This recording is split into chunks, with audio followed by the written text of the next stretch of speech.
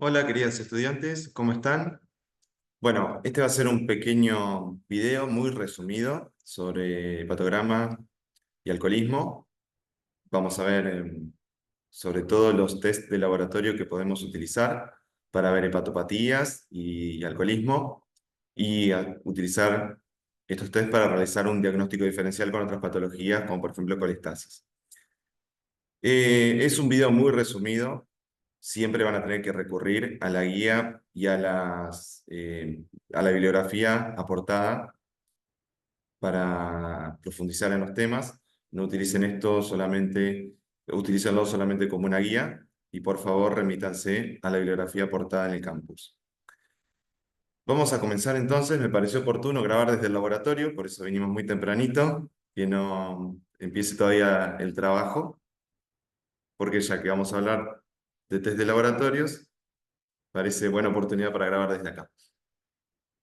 Bueno, el hígado es un órgano sumamente complejo, tiene funciones muy diversas y de hecho va cambiando sus funciones.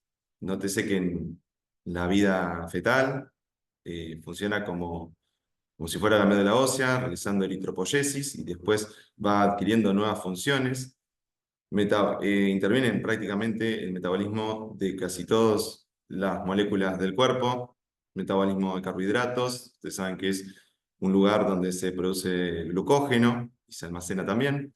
Hay metabolismo glucogénico y gluconeogénico. También interviene el metabolismo de lípidos, en la síntesis de ácidos grasos, de colesterol, oxidación de ácidos grasos, metabolismo de proteínas, la síntesis, en la reconversión de ácidos, de aminoácidos y de su reciclamiento, hablando entre comillas. Y tiene otras funciones, por ejemplo, la de excretar desechos, como por ahí es la función que nosotros más vamos a utilizar en este momento para estudiar las alteraciones hepáticas. Comencemos definiendo alcoholismo. El alcoholismo, si nosotros buscamos en el diccionario, según la RAE, es una enfermedad ocasionada por el abuso de bebidas alcohólicas que puede ser aguda, como la embriaguez, o crónica, como ya, bueno, un alcoholismo crónico. Pero según la OMS, se define como cualquier deterioro en el funcionamiento físico, mental o social de una persona cuya naturaleza permita inferir razonablemente que el alcohol es una parte del nexo causal que provoca dicho trastorno. Es decir, ya involucra al alcohol en la vida cotidiana y en las consecuencias que podría traer para la persona. Van a tener muchos signos clínicos y síntomas asociados a alcoholismo. Todo esto está sacado de la bibliografía que les brindamos en el campus. Un cálculo interesante que pueden realizar es el consumo, la ingesta de alcohol diaria, que viene bien que tengan conocido el cálculo para realizarlo. Y después vamos a tener signos clínicos como la ictericia, que se nota mucho en las mucosas del cuerpo.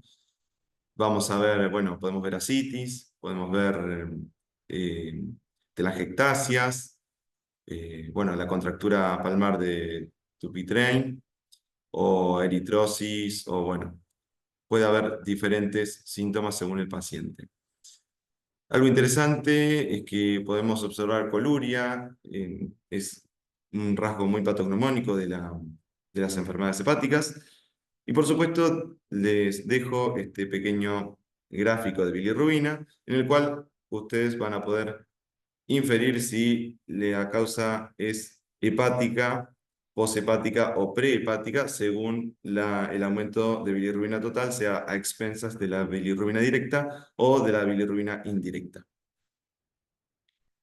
Las pruebas de laboratorio van a ayudarnos, por supuesto, a clasificar estas enfermedades hepáticas. Tienen ciertas ventajas, como que son métodos no invasivos, si bien requieren de una punción venosa en la mayoría de los casos, no suele ser un método invasivo en el cual, por ejemplo, utilicen una biopsia, ¿sí? Es algo muy fácil de tomar la muestra. Van a ser útiles también para valorar eficacia de tratamientos o para monitorizar la evolución de estas enfermedades hepáticas. Y vamos a tener la posibilidad de establecer valores pronósticos en hepatopatías crónicas. La más conocida de todas ellas es el hepatograma, o la que más le va a sonar, pero el hepatograma solo incluye algunas determinaciones como las transaminasas, TGO y TGP, la fosfatasa alcalina, la bilirrubina total, directa e indirecta. Son pruebas que, por supuesto, nos van a servir para hacer un tamizaje, pero se van a quedar un poco cortas al momento de definir bien esa enfermedad hepática. Y tenemos otras determinaciones en las cuales podemos ver rasgos directos o indirectos de esta enfermedad hepática. Por ejemplo, proteínas totales y albúmina. Como dijimos, el hígado es un centro de producción proteica. La albúmina es una proteína sintetizada en hígado y podemos ver si hay afección hepática al tener una disminución de albúmina. Por supuesto, debemos ver que no sea por causa de otras patologías como una anorexia, ¿sí? Esa disminución de albúmina.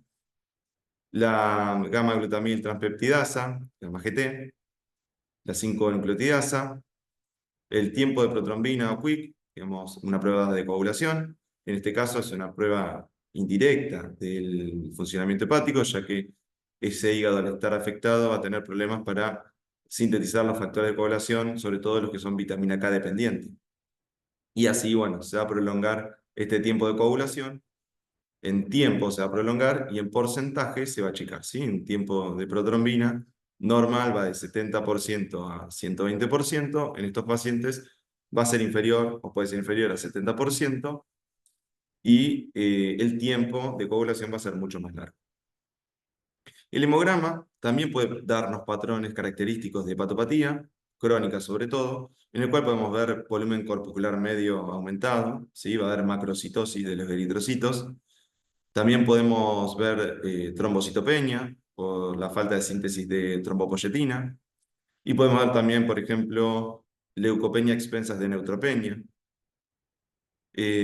Otra prueba que me interesaría resaltar, pero no tal vez por la utilidad en la caracterización de estos pacientes, sino porque es la primera que se le viene siempre a la mente al estudiante, es la medición de etanol en sangre. Por supuesto, un alcohólico o una persona en estado de embriaguez va a dar etanol elevado en sangre, pero el etanol en sangre se, digamos, disminuye a las pocas horas. Esto nos va a servir solamente para hechos, para conocer si el paciente ingirió alcohol recientemente. En un paciente alcohólico crónico, si el paciente no ingirió alcohol en las últimas horas, el etanol nos va a dar negativo. Les comento esto porque siempre viene a la mente medir etanol. Y la utilidad para estos casos de alcoholismos crónicos puede ser limitada. Es más útil siempre para diagnóstico de un alcoholismo cercano o a la ingesta, digamos. Las transaminasas, por supuesto, se van a localizar en diferentes órganos, sobre todo la TGO, puede estar en músculo cardíaco, músculo esquelético, por ejemplo, o dentro de los eritrocitos, pero a nosotros nos compete hablar del hepatocito, en la cual tienen una ubicación más que nada citoplasmática, porque, perdón, más que nada mitocondrial, el 80% de la TGO se encuentra dentro de la mitocondria, y el citoplasma el 20%. Tenemos también la TGP, en la cual, bueno, es más que nada principalmente de hígado, es casi exclusiva del hígado, y tiene una ubicación más citoplasmática.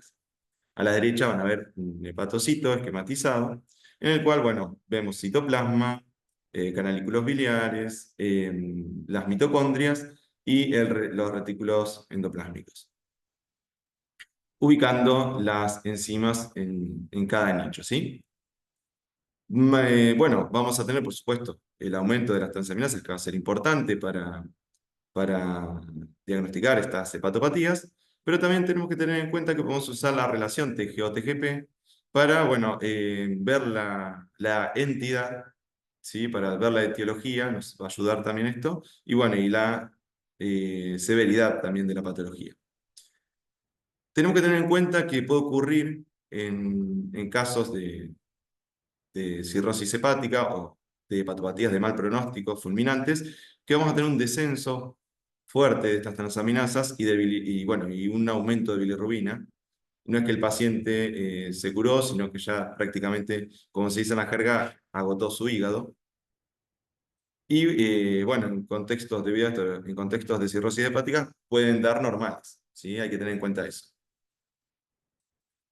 El índice de Retis, como le venía comentando, que es esta relación TGO-TGP, puede, según el valor, puede hablarnos de hepatopatías agudas, de hepatitis crónicas o cirrosis, o ya de enfermedad hepática alcohólica. Y esto tiene que ver con el tipo de patrón que se ve, si es inflamatorio o necrótico en el hepatocito. Si es una necrosis, vamos a tener un aumento de las enzimas TGO, que digamos, están ubicadas más en las mitocondrias, por sobre el aumento de las TGP, o sea, aumentos de AST, perdón, como dice la filmina, sobre aumentos de ALT, reflejando, por supuesto, una necrosis y un daño celular ya irreparable. La fosfatasa alcalina es otra de las enzimas que tenemos disponibles dentro del hepatograma, no recuerdo si está en la primera slide. En esta vamos a tener, por supuesto, una distribución en el cuerpo muy amplia. Hay fosfatasas alcalinas ósea, hepática, renal, intestino, en la placenta y en las células germinales, pero las más abundantes son la ósea y la hepática. Cuando nosotros solicitamos la medida de FAL en el laboratorio, la mayor concentración va a provenir de la FAL ósea y la FAL hepática, ¿sí? Son las dos que más van a marcar el aumento. Por supuesto, ante un aumento de FAL hay que ver la posibilidad de que haya alguna otra patología que no sea ni ósea ni hepática, pero digamos que son las más características. Valores de FAL que son 3 veces el valor de corte o el valor normal, no tienen mucha especificidad, pero si ya es un aumento más elevado, por ejemplo, 4 veces el valor normal de FAL, es indicativo de colestasis. No va a diferenciar si es intra o extrahepática, ni benigna ni maligna, pero bueno, es un marcador bastante específico en estos valores de colestasis. Hay que tener cuidado con situaciones particulares, como por ejemplo, como les comentaba, elevaciones de FAL de otro tipo, como en el embarazo, que vamos a tener un aumento de FAL placentaria. O, por ejemplo, en niños con crecimiento óseo, en etapas de mucho crecimiento, van a tener aumentadas la FAL ósea. La colestasis la podemos definir como la alteración del flujo biliar normal, en la cual, bueno, va a haber retención en sangre y en suero y en tejidos de los componentes que se tengan que excretar en la bilis, ¿no? Y tenemos signos bioquímicos para alertarnos, como por ejemplo aumento de bilis directa de más de 2 miligramos de decilitro. Ustedes saben que la bilis directa ya está lista para ser excretada, se conjugó normalmente, o sea, el hígado en teoría funcionaría bien, pero lo que no está funcionando es la excreción, que puede ser por un taponamiento en la vía, ¿no? Vamos a tener aumentos de FAL y de gamma GT y un aumento de transaminasas, pero moderado, no como veríamos en una hepatitis, por ejemplo. Y vamos a tener algunos signos clínicos como acolia, coluria, fatiga, ictericia, dolor abdominal, prurito, sobre todo prurito plantar y palmar. La gamma GT es otra enzima de mucha utilidad que va a estar sobre todo cumpliendo su función en procesos secretorios y absortivos y degradación de glutatión. Es una enzima circulante que proviene del sistema hepatobiliar. Tiene una vida media normalmente de 7 a 10 días, pero que cambia su vida media en hepatopatía alcohólica, en el cual, bueno, aumenta hasta los 28 días. Y teniendo un aumento de gamma GT, podemos aumentar esta sospecha de colistasis, porque, bueno, se entiende que en la colestasis la liberación de fragmentos de membrana de los cavernícolas biliares podrían liberar esta enzima. Es un marcador que se ha visto como más sensible para ver colestasis, porque a diferencia, bueno, y más específico también, siempre es bueno no pedirlo aislado, sino pedirlo con una FAL para aumentar la sensibilidad. Y a diferencia de la fosfatasa alcalina, va a ser independiente de algunos aumentos como patología ósea o embarazo, porque no va a haber aumentada gamma GT en esas etapas de la vida que las distintas fosfatasas alcalinas pueden estar aumentadas.